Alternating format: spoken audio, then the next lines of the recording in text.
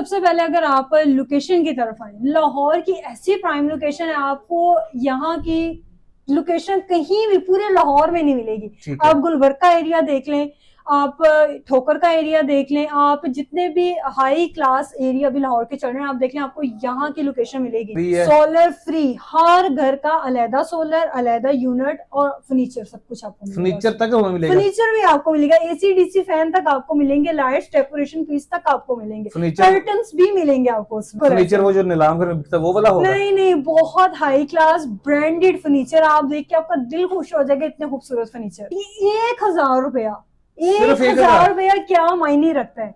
1000 रुपया आपने हर दिन का जोड़ना है, ठीक है, महीने के हो गए 30,000, वो 30,000 लाके आपने हमें इंस्टॉलमेंट उसकी दे देनी है, और घर में आप रहते हुए 30,000 इंस्टॉलमेंट देके रह सकते हैं। और इसी घर में हमें सोलर भी फ्री मिलने वाला है, सोलर फ्री, फर्नीचर फ्री, आपको curtains free, decoration pieces free, उसके बाद लाइट्स वगैरह हाई क्वालिटी की आपको मिलेंगी, एसी डीसी फैंस आपको मिलेंगे। सिर्फ हमने अपने कपड़े उठाने और घर में शिफ्ट रेडी टू मूव।